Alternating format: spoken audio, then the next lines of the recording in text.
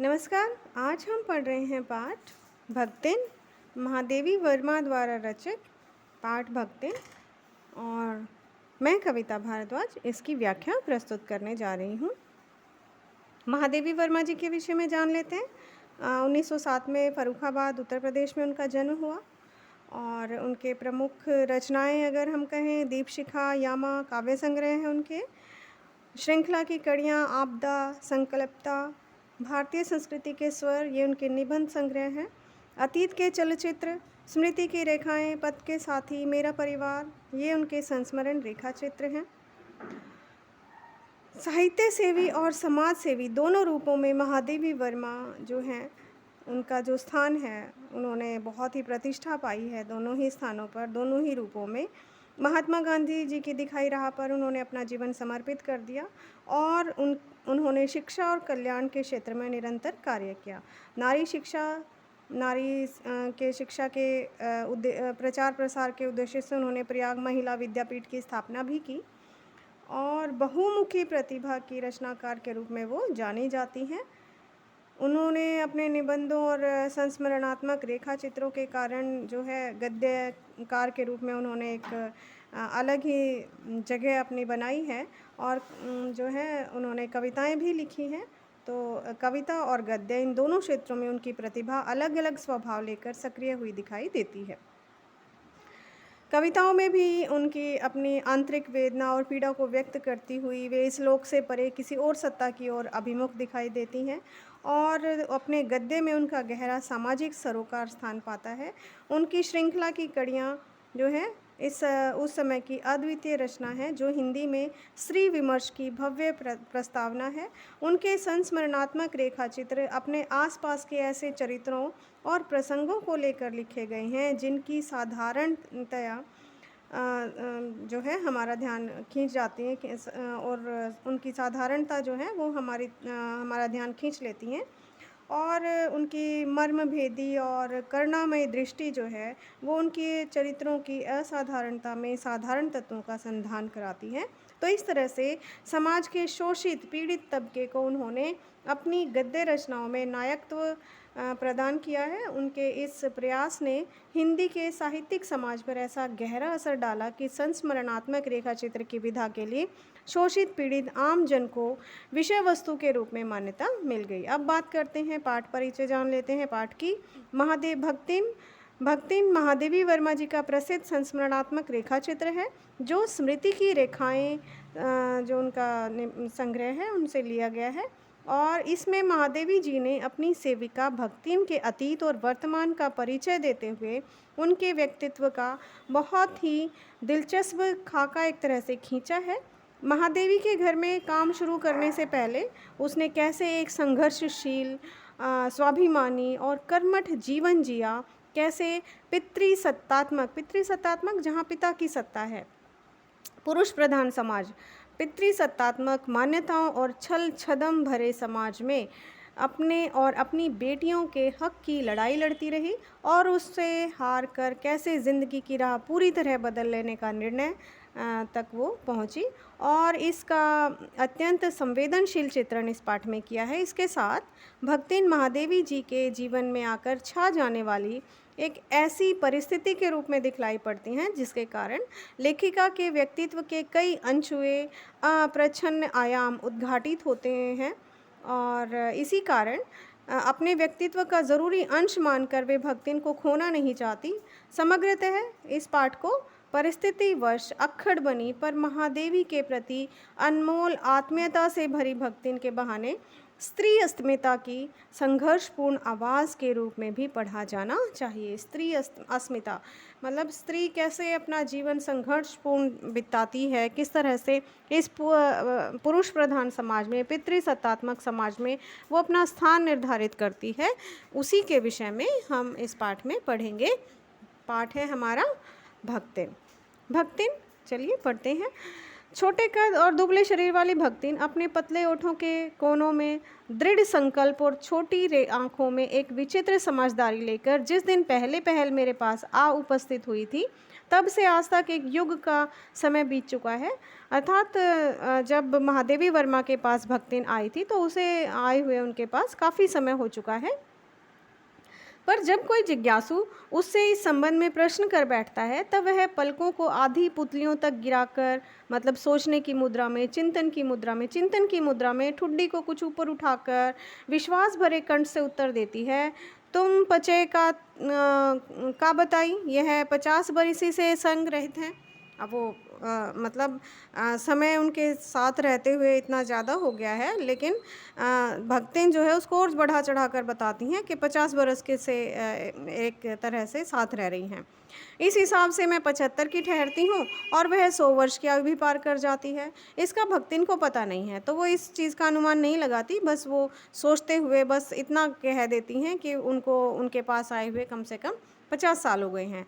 पता भी तो संभवतः मेरे साथ बीते हुए समय में रत्ती भर भी कम न करना चाहेगी। अगर उसे पता भी हो कि कितना समय हो गया, फिर भी वो उस समय को कम नहीं करना चाहती हैं, वो बढ़ा चढ़ा कर ही बताना चाहती हैं। मुझे तो विश्वास होता जा रहा है कि कुछ वर्ष और बीत जाने पर वह मेरे साथ रहने के समय को खींचकर 100 वर्ष तक पहुंचा देगी, चाहे उसके हिसाब से मैं 150 वर्ष की असंभव आयु का भार मुझे क्यों ना ढोना पड़े। सेवक धर्म में हनुमान जी से स्पर्धा करने वाली भक्तिन, हनुमान जी से स्पर्धा कि जिस प्रकार हनुमान जी की श्रद्धा राम जी के प्रति थी, उसी प्रकार वही सेवा भावना, वही श्रद्धा भक्तिन की जो महादेवी वर्मा जी के प्रति थी। तो स्पर्धा करने वाली, उसे उनसे प्रतियोगिता करने वाली भक्तिन किसी अंजना की पुत्री न होकर, मतलब अंजना की पुत्री न होकर एक अनामधन्या गोपालिका की कन्या है, नाम है लक्ष्मण। अब इस पंक्ति को समझिए। भक्तिन जो है अंजना मतलब एक विशेष स्त्री थी जो जिन्होंने हनुमान जी को जन्म दिया, हनुमान जी की माता बनी, और वो भी एक विशिष्ट अप्सरा थी जो शापवश धरती पर उन्होंने जन्म लिया था। तो वो कहती है कि किसी विशेष स्त्री की पुत्री नहीं थी, वो अनामधन्या मतलब जिसका नाम धन्य नहीं है, एक साधारण, मतलब साधारण गोपालिका की कन्या है, नाम है लक्ष्मी अर्थात लक्ष्मी। पर जैसे मेरे नाम की विशेषता मेरे लिए दुर्वह है, मतलब उसका भार सहन करना उनके लिए मतलब बहुत मुश्किल है, वैसे ही लक्ष्मी की समृद्धि भक्तिन के कपाल की कुंचित रेखाओं में नहीं बन सकी। अब जैसे उसका नाम है लक्ष्मी, और क्योंकि लक्ष्मी नाम समृद्धि का सूचक है, लेकिन भक्तिन का जीवन उससे बिल्कुल उलट था, तो इस तरह से कपाल मतलब उनके माथे की कुंचित सिमटी हुई रेखाओं में नहीं बन सका, मतलब उसका जो जीवन है उसके नाम के बिल्कुल विपरीत था। वैसे तो जीवन में प्राय सभी को अपने अपने नाम का विरोधाभास लेकर जीना पड़ता है, क्योंकि अधिकतर नाम से ज़रूरी नहीं है कि उनकी वास्तविक स्थिति उजागर हो, कई बार विरोधाभास भी हो जाता है। पर भक्तिन बहुत समझदार है, क्योंकि वह अपना समृद्धि सूचक नाम किसी को बताती नहीं है कि उसका नाम लक्ष्मी है, क्योंकि लोग हंसेंगे कि नाम तो लक्ष्मी, लेकिन लक्ष्मी के नाम पर कुछ भी नहीं।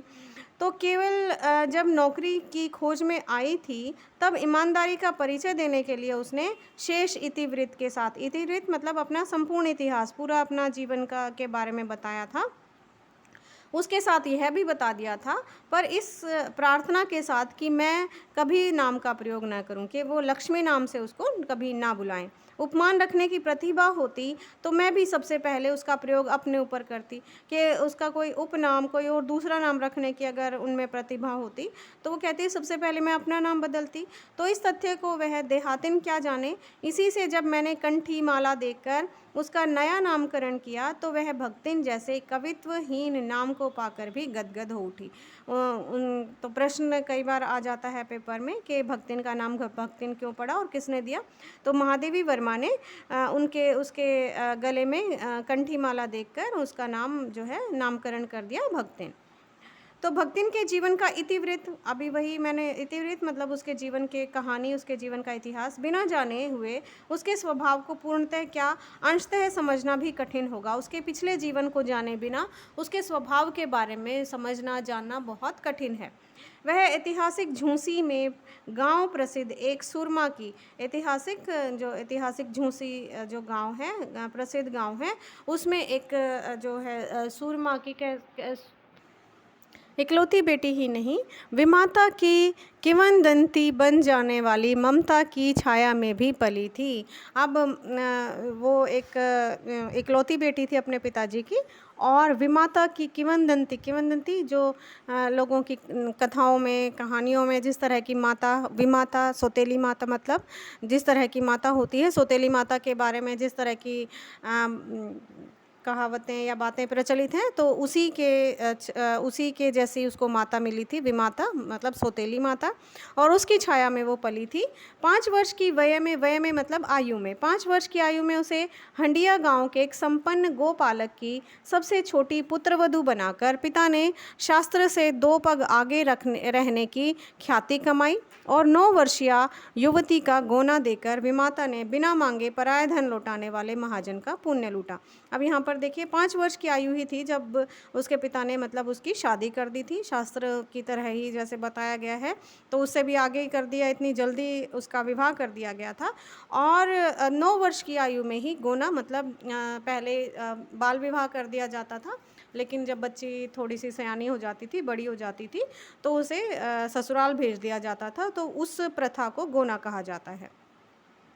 तो विमाता ने भी पराया धन लौटाने वाले महाजन की का पुण्य लूटा। तो पिता का उस पर मतलब वो उसकी माता भी उसे भेजकर खुश थी, जल्दी ही उन्होंने उसके ससुराल भी भेज दिया। पिता का उस पर अगाध प्रेम होने के कारण स्वभावतः ईर्ष्यालु और संपत्ति की रक्षा में सतर्क विमाता ने उनके मरणांतक रोग का समाचार तब भेजा जब वह मृत्यु की सूचना भी बन चुका था। मतलब पिता का उस पर अगाध प्रेम था, बहुत ज़्यादा प्रेम करते थे उसके पिता, और इसी ईर्ष्या के चलते, और कभी वो अपनी कुछ संपत्ति महादेवी को ना दे दें, तो अपनी संपत्ति की रक्षा में सतर्क, मतलब अपनी संपत्ति की रक्षा के लिए सतर्क जो माता थी, उसने मरने के बाद मरणांतक रोग का समाचार तब भेजा, मतलब उनके मरने का समाचार तब भेजा जब वह मृत्यु की सूचना भी बन चुका था, मतलब काफ़ी समय हो गया था। रोने पीटने के अपशगुन से बचने के लिए सास ने भी उसे कुछ नहीं बताया। जब समाचार भेजा गया तो सास ने भी, क्या हमारे घर में रोना धोना ना हो, इसलिए उसकी सास ने भी उसको उस समय पर ये नहीं बताया कि उसके पिताजी की मृत्यु हो चुकी है। और इसलिए बहुत दिन से नहर नहीं गई, नहर मतलब अपने पीहर या अपने मायके, सो जाकर देखा, ये कहकर और पहना उठाकर सास ने उसे विदा कर दिया। तो सास ने इस तरह से बहाना बनाकर कि अपने घर अपने परिवार के से मिल आओ, तो इस तरह से उसे भेज दिया। इस अप्रत्याशित अनुग्रह से, अप्रत्याशित जिसकी कल्पना नहीं की जा सकती, जो जिसका आभास पहले से ना हो, जिसका पता पहले से ना हो, तो अनुग्रह ने उसके पैरों में जो पंख लगा दिए, मतलब एकदम से बिना मांगे कुछ मिल जाना, इस तरह से उसके पैरों में और पंख लग गए थे। वो खुश हो गई थी और भागती हुई वे गांव की सीमा तक पहुंचते ही झड़ गई। जो पंख लगे थे भागकर जो वो गई थी खुश होकर, तो जैसे ही वो गांव की सीमा के अंदर उसने प्रवेश किया, तो उसके सारे जो पंख लग गए थे वो झड़ गए, मतलब उसे जल्दी ही एहसास हो गया। हाय लक्ष्मण अब आई कि अस्पष्ट पुनर्वृत्तियाँ और स्पष्ट सहानुभूतिपूर्ण दृष्टियों से घर तक ठेल ले गई। मतलब अस्पष्ट पुनर्वृत्तियाँ, बार बार सब यही पुनर्वृत्ति, बार बार यही कह रहे थे लोग कि हाय लक्ष्मण अब आई है, इतने समय बाद आई है। तो और सहानुभूति दृष्टि, सबकी सहानुभूति भी थी कि उसके पिता की मृत्यु हो गई थी और उसे पता भी नहीं था, पर वहाँ न पिता का चिन्ह शेष था, न विमाता के व्यवहार में शिष्टाचार का लेश था कि पिता तो थे ही नहीं, और अब विमाता जो थी, उसकी सौतेली माँ जो थी, उसमें जो पहले थोड़ा बहुत शिष्टाचार वो दिखाती थी वो भी नहीं था। दुख से शिथिल और अपमान से जलती हुई जब वह घर में पानी भी पिए बिना उल्टे पैरों ससुराल लौट पड़ी, सास को खरी खोटी सुनाकर उसने विमाता पर आया हुआ क्रोध शांत किया। जो अपनी सौतेली माँ पर जो गुस्सा था, उसे अपनी सास को खरी खोटी सुनाकर उसने कम करने की कोशिश की, और पति के ऊपर गहने फेंक कर अपने पिता के चिर विछोह की मर्म व्यथा व्यक्त की। अपने पति के ऊपर गहने फेंक कर उसने अपने पिता से जो चिर विछोह मतलब मतलब एक तरह से जुदाई, लंबी जुदाई, अब वो उनके वापस नहीं मिलने वाले थे, तो उसकी व्यथा जो थी उसने व्यक्त की। तो ये उनके जीवन का पहला परिच्छेद था। तो जीवन के दूसरे परिच्छेद में भी सुख की अपेक्षा दुख ही अधिक है। जब उसने गेहुए रंग की और बटिया जैसे मुख वाली पहली कन्या के 2 संस्करण और कर डाले, कि एक तो पहले ही कन्या थी उसकी और उसके बाद 2 लड़कियां और पैदा हो गई उसकी। 2 संस्करण और कर डाले तो जैसी पहली थी वैसी 2 बेटियां और हो गई। अब सास और जेठानियों ने ओठ बिचकाकर उपेक्षा प्रकट की, मतलब उसका अपमान करना शुरू किया। उचित भी था, क्योंकि सास 3-3 कमाऊ पुत्रों की विधात्री बनकर मचिया के ऊपर विराजमान पुरखिन के पद पर अभिषिक्त हो चुकी थी। मतलब जो सास है उसकी 3-3 कमाऊ बेटे थे, और सबसे ज़्यादा उसके बेटे थे, तो वो बेटों की माँ तो पुरखिन के पद पर तो सबसे बड़ी पुरखिन पूर्वज के पद पर वो आ चुकी थी। और दोनों जेठानियाँ काक भशुंडी जैसे काले लालों की क्रमबद्ध सृष्टि करके इस पद के लिए उम्मीदवार थी। अब उसकी जेठानियाँ भी उसकी सास, क्योंकि उसकी जेठानियों के भी 2-2 पुत्र थे, तो वो भी अपनी सास के पद चिन्हों पर ही चल रही थी, और अगली जो सास का जो अब स्थान था वो उनको मिलने वाला था। काक भशुंडी काले कौवे के समान काले जो बेटे थे उनको यहाँ कहा गया है। छोटी बहू की लीक छोड़कर चलने के कारण उसे दंड मिलना आवश्यक हो गया था। अब लीक छोड़कर, परंपरा तो अभी तक यही चलती आ रही थी कि सभी के बेटे हो रहे थे। दोनों जेठानियों के पास बेटे थे, लेकिन महादेवी वर्मा को लगातार 3 बेटियां हो गई।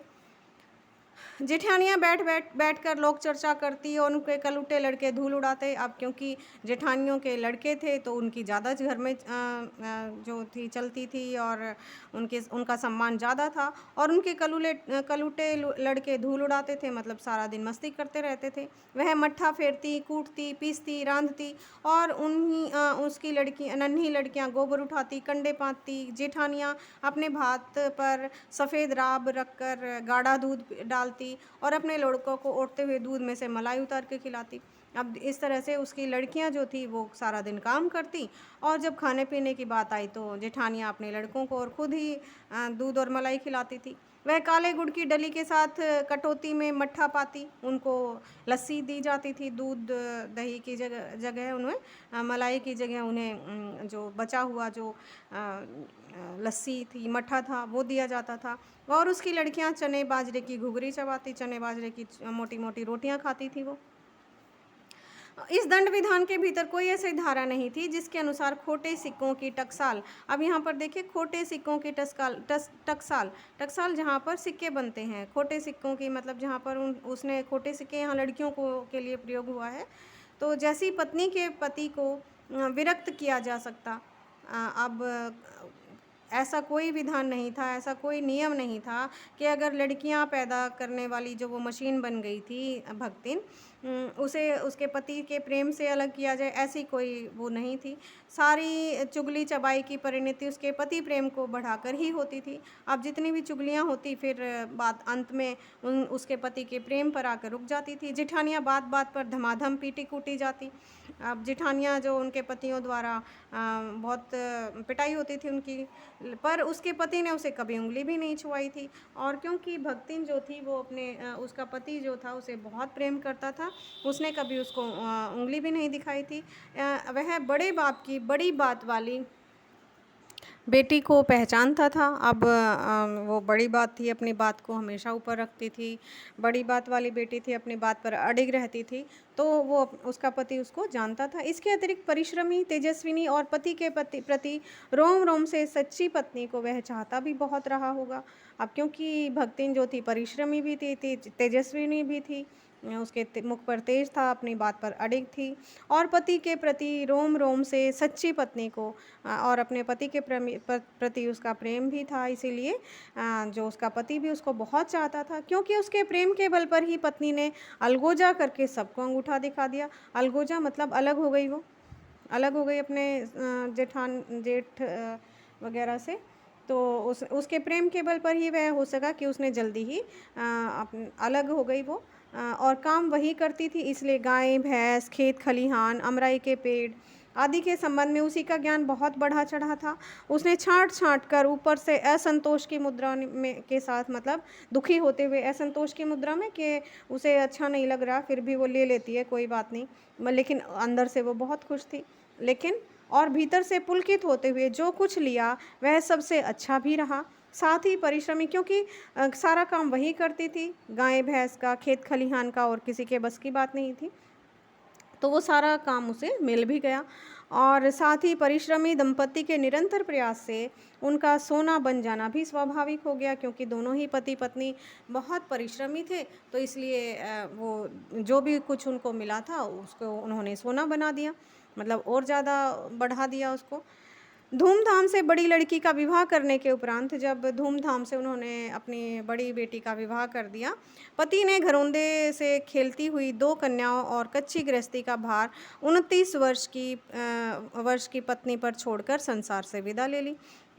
तो पति की उनकी मृत्यु हो गई। 2 लड़कियों को छोड़कर, एक का विवाह तो उन्होंने कर दिया था, लेकिन 2 लड़कियों को छोड़कर और कच्ची गृहस्थी मतलब बहुत कम आयु में ही 29 वर्ष की पत्नी को पर छोड़कर उस समय पर महादेवी भक्तिन की आयु 29 वर्ष थी, तो वो संसार से विदा हो गया, उसकी मृत्यु हो गई। जब वह मरा तब उसकी अवस्था 36 वर्ष से कुछ ही अधिक रही होगी। तो जब उसके पति की मृत्यु हो गई तो उसकी आयु जो थी वो 36 वर्ष के आसपास होगी। पर आज उसे पत्नी आज भी उसे बुढ़ऊ कहकर स्मरण करती है।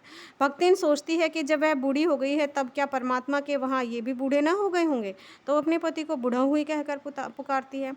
अतः उन्हें बुढ़ऊ न कहना उनका घोर अपमान है। हाँ, तो भक्तिन के हरे भरे खेत, मोटी ताज़ी गायें भैंस और फलों से लदे पेड़ देखकर जेठ जिठोतों के मुंह में पानी भर आना ही स्वाभाविक था। अब इतनी सारी संपत्ति देखकर उनके जो जेठ जिठोते मतलब जेठ के लड़के, उनके मुंह में पानी आ गया उस संपत्ति को हासिल करने के लिए। इस सब की प्राप्ति तो तभी संभव थी जब भयहू दूसरा घर कर लेती, मतलब उनकी भाभी जब अगर दूसरा विवाह कर लेती तो वो सारी संपत्ति उन्हें वापस मिल जाती। पर जन्म से खोटी भक्तिन इनके चकमके में आई ही नहीं, तो उनके छल में वो नहीं आई और उसने क्रोध में पांव पटक पटक कर आंगन को कंपायमान करते हुए कहा, मतलब गुस्से में उसने आंगन में अपने पैर पटकते हुए कहा, हम कुकरी बिलाई न होए कि मैं जो हूँ वो बिल्ली और कुत्ता नहीं हूँ। हमार मन पिसाई तो हम दूसरा के जाब, नहीं तो तुम्हारे पचे की छाती पे हर हो होरहा भूंजब और राज करब, समझे रहो। तो इस तरह से उसने कहा कि अगर मेरा मन किया तो मैं दूसरे से विवाह करूंगी, नहीं तो ऐसे ही तुम्हारी छाती पर चने भूनती रहूंगी और राज करती रहूंगी। उसने ससुर अजिया ससुर और जाने के पीढ़ियों के ससुर गणों की उपार्जित जगह जमीन से सुई की नोक बराबर भी देने की उदारता नहीं दिखाई। जो उसे मिला था उसने उसे बिल्कुल देने से मना कर दिया। इसके अतिरिक्त गुरु से कान फुकवाकर, कंठी बांधकर और पति के नाम पर घी से चिकने केशों को समर्पित करके उसने कभी न टलने की घोषणा कर दी। तो इस तरह से उसने एक तरह से संन्यास ले लिया और मतलब कभी भी अपने से न टलने की उसने घोषणा कर दी कि वो कभी भी दूसरा विवाह नहीं करेगी। भविष्य में भी संपत्ति सुरक्षित रखने के लिए उसने छोटी लड़कियों के हाथ भी लेकर उन्हें ससुराल पहुंचाया कि आगे भी संपत्ति सुरक्षित रहे, इसलिए उन्होंने लड़कियों के भी हाथ पीले कर दिए, मतलब उनका विवाह कर दिया और वो भी ससुराल चली गई। पति के चुने हुए बड़े दामाद को घर जमाई बना कर रखा, जिस जमाई को उसके पति ने जिस लड़की का विवाह कर दिया था, तो उस जमाई को उसने अपने साथ रखा। इस प्रकार उसके जीवन का तीसरा परिच्छेद आरंभ हुआ और यहाँ पर उसके जीवन का दूसरा अध्याय जो है वो समाप्त हो गया और तीसरा शुरू हुआ। भक्तिन का दुर्भाग्य भी उससे कम हठी नहीं था, मतलब चाहे उसने कितनी ही मेहनत की, कितना ही कुछ किया, लेकिन उसका भाग्य भी उससे 2 कदम आगे था। इसी से किशोरी से युवती होते ही जैसे ही लड़की थोड़ी सी बड़ी हुई, वो भी विधवा हो गई, उसके पति की भी मृत्यु हो गई। भयहू से पार न पा सकने वाले जेठों और काकी को परास्त न करने वाले कटिबद्ध जिठोतों ने आशा की एक किरण देख पाई। अब वो उनको फिर से आस जगी कि भाभी ने तो दूसरा विवाह नहीं किया, लेकिन यहाँ पर जो उनकी बहन जो विधवा हो गई थी उसके माध्यम से वो ज़मीन को, अपनी जायदाद को वापस ले सकते थे। विधवा बहन के गठबंधन के लिए बड़ा जिठोत अपने तीतर लड़ाने वाले साले को, मतलब एक तरह से जुआ खेलने वाला और खाली रहने वाला, कुछ काम ना करने वाला जो साला था, उसको वो ले आया, क्योंकि उसका हो जाने पर सब कुछ उन्हीं के अधिकार में रहता कि अगर उससे विवाह हो जाता तो सारा सब कुछ उन्हीं के पास रहता। लड़की भक्तिन की लड़की भी माँ से कम समझदार नहीं थी, इसी से उसने वर को नापसंद कर दिया। अब भक्तिन की लड़की ने भी जो उनके जेठों ने जो जिस वर को उन्हें बताया था, अब उसने भी उसे नापसंद कर दिया।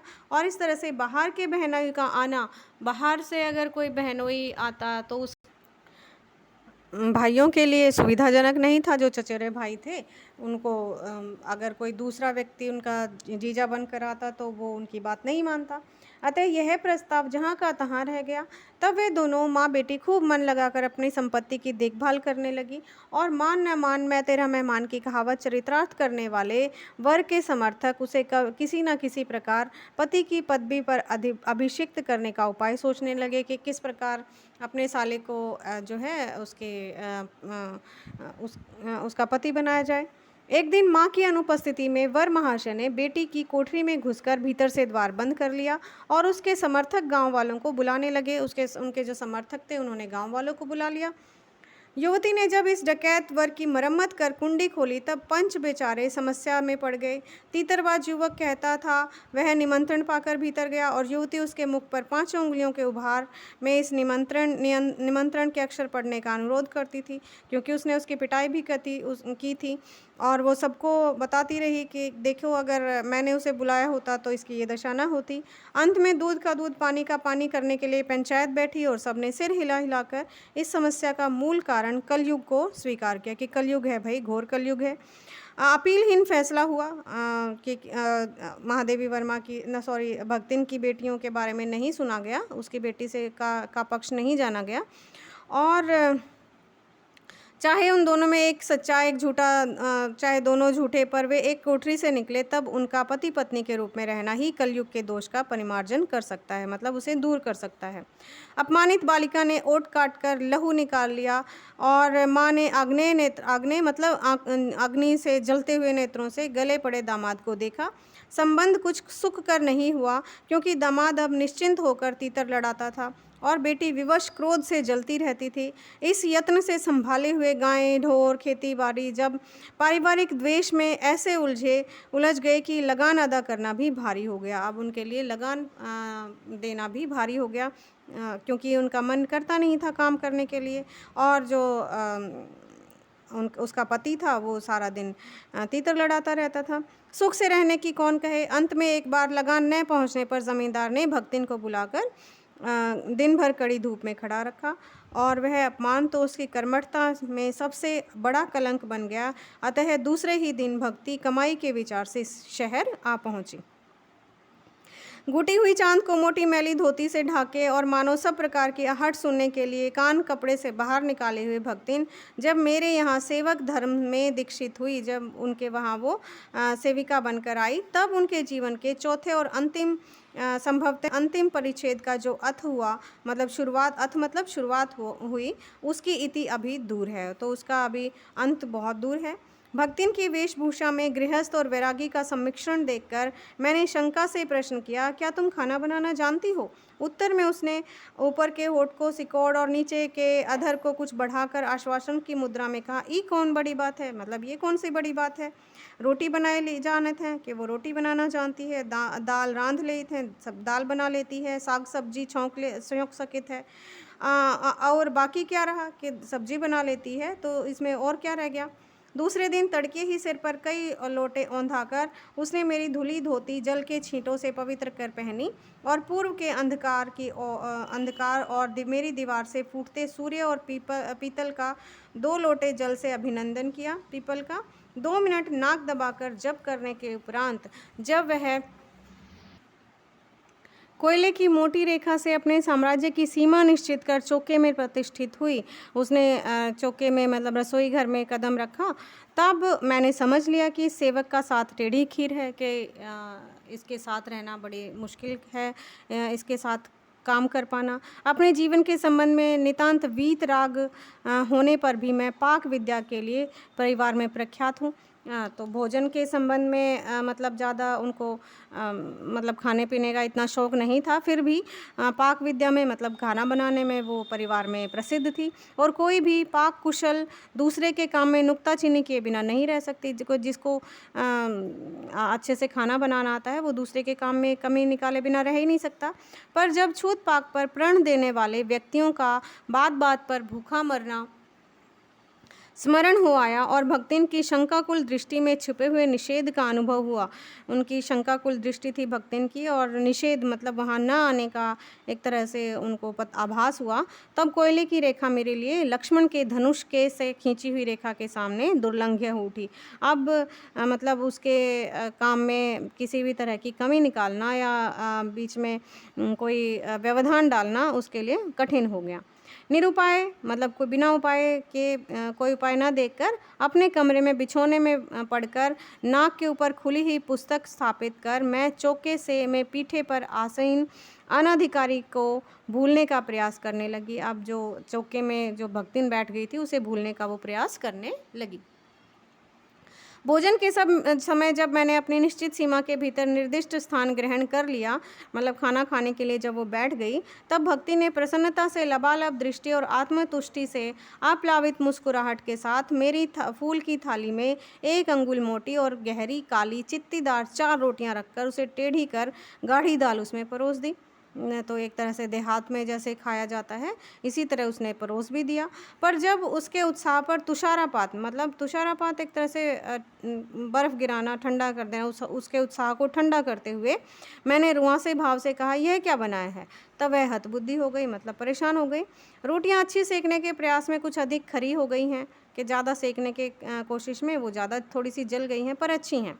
तरकारियाँ थी, पर जब दाल बनी है तो उसका क्या काम? शाम को दाल न बनाकर तरकारी बना दी जाएगी। दूध घी मुझे अच्छा नहीं लगता, नहीं तो सब ठीक हो जाता, पर अब न हो तो अमचूर और लाल मिर्च की चटनी पीस ली जावे। उसमें भी काम न चले तो वह गाँव से लाई हुई गठरी में से थोड़ा गुड़ दे देगी। तो इस तरह से बिल्कुल देहात की तरह ही खाना वो बनाने लगी और उसके साथ ये सब खाते हुए जो है महादेवी वर्मा भी देहाती हो गई उनके साथ ही। और शहर के लोग क्या कलाबत्तू खाते हैं? फिर वह कुछ अनाड़िन और फूहड़ नहीं, उसके ससुर, पितिया ससुर, अजिया ससुर मतलब पिता के भाई और आदि जो थे, आदि ने उनकी पाक कुशलता के लिए न जाने कितने मौखिक प्रमाण दे डाले थे कि उन्होंने भी उसकी तारीफ़ की थी, उनके ससुर ने भी उसकी तारीफ़ की थी खाना बनाने की। तो इस तरह से उसने ये उनके मौखिक प्रमाण दे डाले। भक्तिन के सारगर्भित लेक्चर का प्रभाव यह हुआ कि मैं मीठे से विरक्ति के कारण, गुड़ के और घी से अरुचि के कारण रूखी दाल में एक मोटी रोटी खाकर बहुत ठाठ से यूनिवर्सिटी पहुंची और न्याय सूत्र पढ़ते पढ़ते शहर और देहात के जीवन के इस अंतर पर विचार करती रही कि किस प्रकार से शहर का और गाँव का जो है ये वातावरण जो है जीवन जो है वो कैसे कितना अलग है। अलग भोजन की व्यवस्था करनी पड़ी। अपने गिरते हुए स्वास्थ्य और परिवार वालों की चिंता निवारण के लिए वह पर प्रबंध ऐसा हो गया कि उपचार का प्रश्न ही खो गया। इस देहाती वृद्धा ने जीवन की सरलता के प्रति मुझे इतना जागृत कर दिया कि मैं अपनी असुविधाएं भी छिपाने लगी। मतलब उनको कुछ अच्छा नहीं लगता था तो वो बताती नहीं थी, संकोच करती थी। सुविधाओं की चिंता करना तो दूर की बात थी। तो इसके अतिरिक्त भक्तिन का स्वभाव ही ऐसा बन चुका है कि वह दूसरों को अपने मत के अनुसार बना लेती है। मतलब वो दूसरों के प्रभाव में ना आकर खुद दूसरों को अपने प्रभाव में ला देती है। पर अपने संबंध में किसी प्रकार के परिवर्तन की तो अपने संबंध में किसी भी प्रकार के परिवर्तन की वो कल्पना भी नहीं कर सकती थी। मतलब वो दूसरों के प्रभाव में न आकर दूसरों को अपने प्रभाव में लाने वाली स्त्री थी और जिसके कारण जो महादेवी वर्मा थी वो भी अपनी सुविधा और अनिच्छा को छिपाकर मतलब उसके साथ एक तरह से देहाती बन गई थी। आशा है आपको पाठ समझ आ रहा होगा। इसका दूसरा आगे का पाठ हम दूसरे भाग में पढ़ेंगे। धन्यवाद।